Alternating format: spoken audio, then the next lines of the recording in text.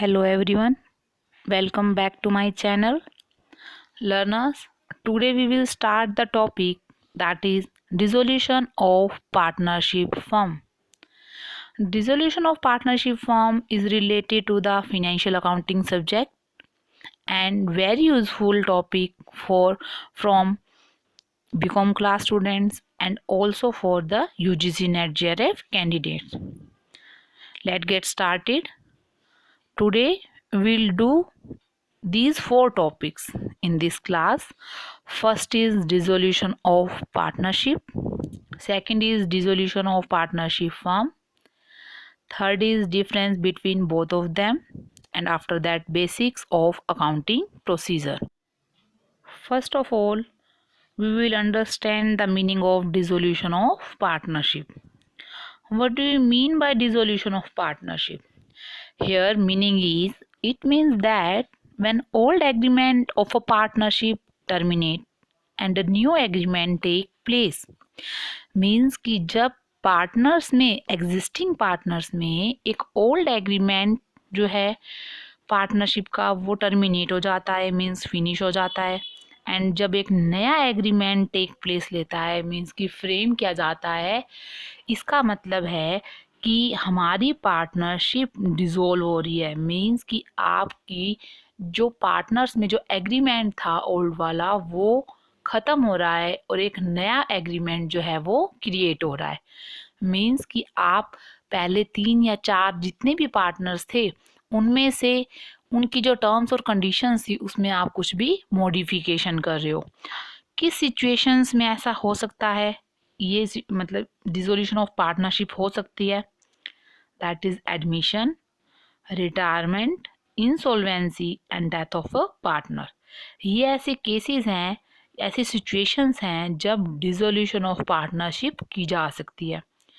इसको और किस नाम से जाना जाता है? That is reconstitution of the firm. Here reconstitution of the firm means कि एक पार्टनरशिप, ओनली एक पार्टनरशिप जो है वो डिसॉल्व हो रही है, not whole business organisation. Here we will not talk about dissolution of partnership firm, not that point. Here we will talk about only dissolution of partnership. These are the main 2 points which is very helpful to understand the meaning of dissolution of partnership. यहाँ पे बात की जा रही है कि क्या accounts, क्या बिजनेस को क्लोज डाउन करना नेसेसरी है? Answer is no. Why? Because it depend on the remaining partners what they want to do.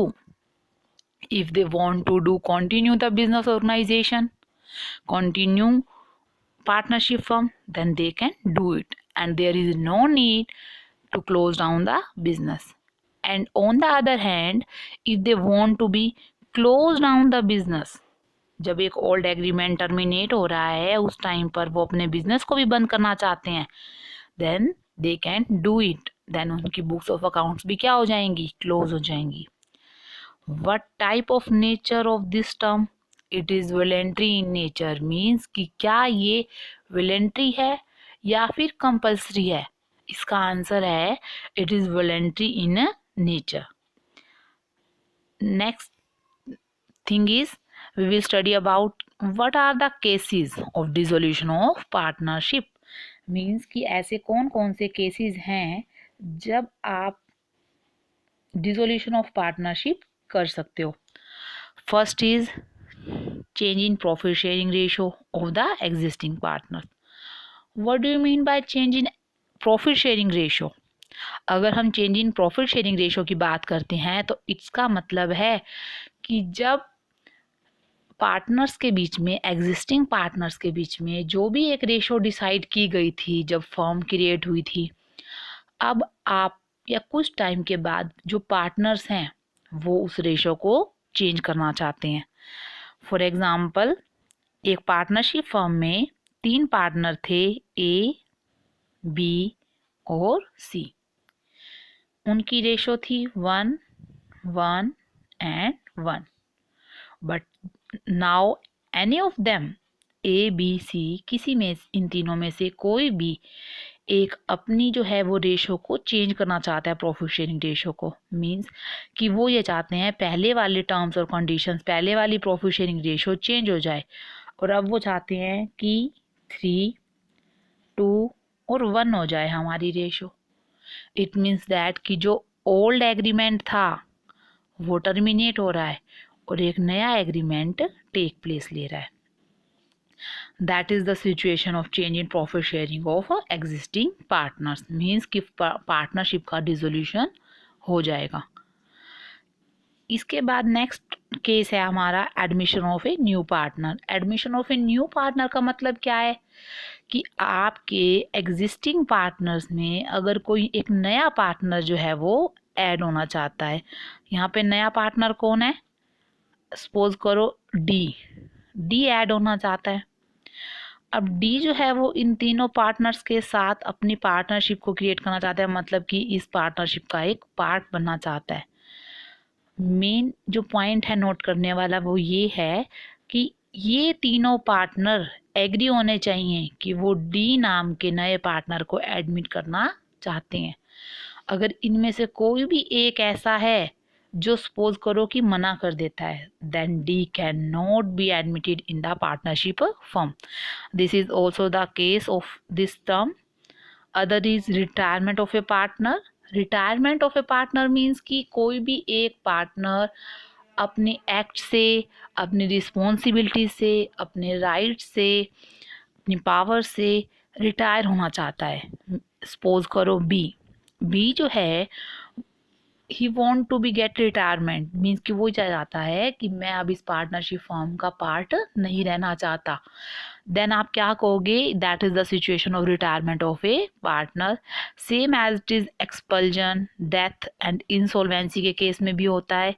Insolvency जो टर्म है इसका मीनिंग यहाँ पर ये है कि कोई भी एक पार्टनर अगर वो अपनी लाइबिलिटीज को फुलफिल करने में, पे ऑफ करने में कैपेबल नहीं है, इट मीन्स दैट कि वो इंसॉल्वेंट हो गया है, दिवालिया हो गया है। उस टाइम पर भी आप क्या करोगे? डिसोल्यूशन करोगे पार्टनरशिप का। After that we will study about the meaning of dissolution of partnership firm. Dissolution of partnership का अभी हमने मीनिंग किया है और अब हम कर रहे हैं डिसोल्यूशन ऑफ पार्टनरशिप फर्म का मीनिंग। दोनों टर्म में क्या डिफरेंस है? सिर्फ एक फर्म वर्ड ऐड हुआ है। इस फर्म वर्ड के ऐड होने से कंप्लीट मीनिंग ही चेंज हो गया है इसका। यहाँ पर क्या मीनिंग है? Let's see. When the firm close down it's business, means जब एक फर्म अपने बिजनेस को बंद कर रही है, and comes to an end, close down कर रही है मीन्स बुक्स ऑफ अकाउंट्स भी क्लोज हो जाएंगी। Then the assets of the firm are sold, means कि जो उस फर्म की सारी एसेट्स हैं, संपत्तियां हैं, उनको बेच दिया जाएगा। And liabilities are paid off, liabilities को क्या किया जाएगा?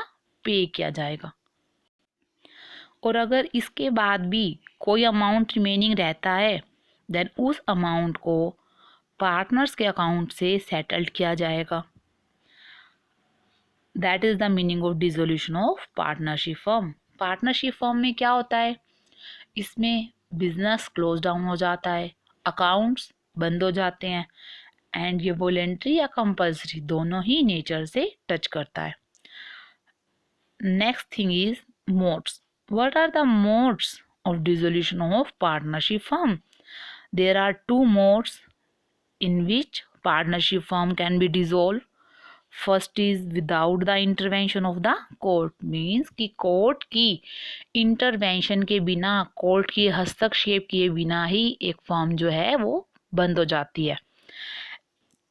And other mode is that is by order of the court, means कि कोर्ट ने ऑर्डर दिया है कि हमारी फर्म जो है वो बंद हो रही है। अगर कोर्ट ऑर्डर देता है कि फर्म को बंद करना है, उसके भी अलग अलग पॉइंट्स होते हैं।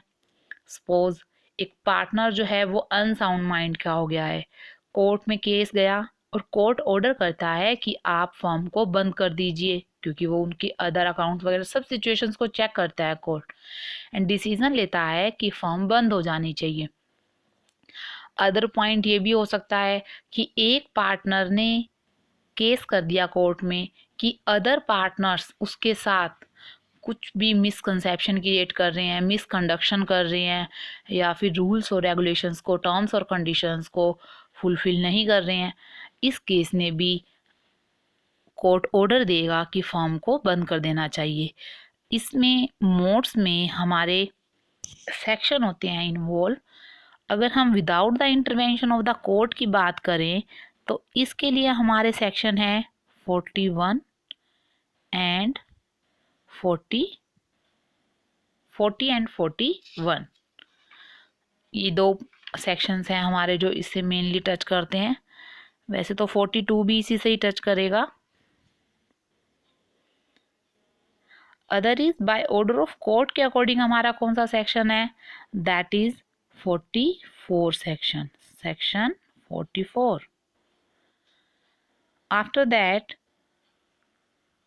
we'll do the difference between both of them.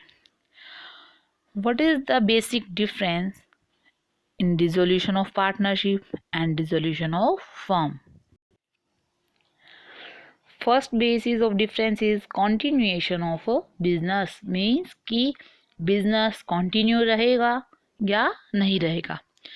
Learners, if we talk about the dissolution of firm, then firm may be continue its business.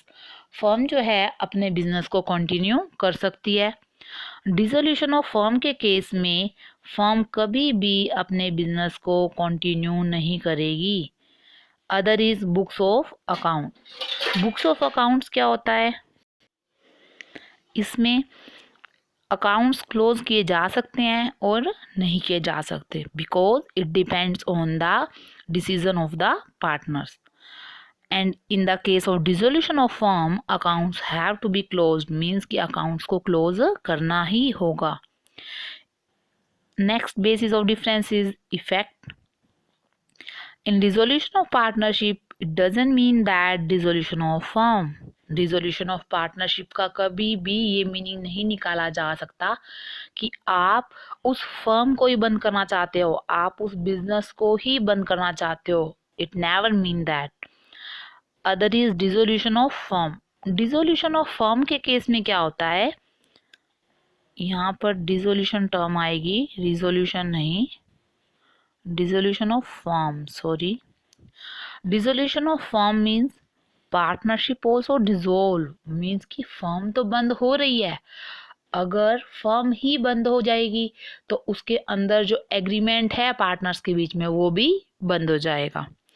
Effect क्या है, इफेक्ट मीन्स कि इसमें आप क्या करोगे, इसको जो है डिसोल्यूशन ऑफ फर्म को बंद करना ज़रूरी नहीं समझते, बट इस केस में आप इसको बंद करना ज़रूरी समझते हो क्योंकि ऑटोमेटिकली ही बंद हो जाएगी।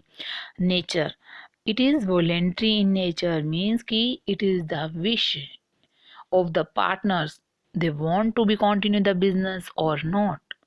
If we talk about dissolution of firm, it is both type of nature, means कि it is voluntary and compulsory in nature. अगर आप डिसोल्यूशन ऑफ पार्टनरशिप और डिसोल्यूशन ऑफ फर्म का एरिया स्कोप के बारे में जानना चाहते हो तो हम ये कह सकते हैं कि जो डिसोल्यूशन ऑफ पार्टनरशिप है term, dissolution of partnership term है, ये तो हमारी वाइडर है, बट अगर हम बात करें कि डिसोल्यूशन ऑफ पार्टनरशिप तो ये हमारी नैरो टर्म है as compare to this.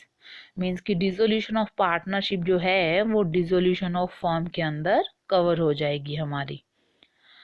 After that we'll do the next topic, that is accounting procedure of dissolution of partnership firm. What is the order to close the books of the firm? Following accounts are opened in order given below.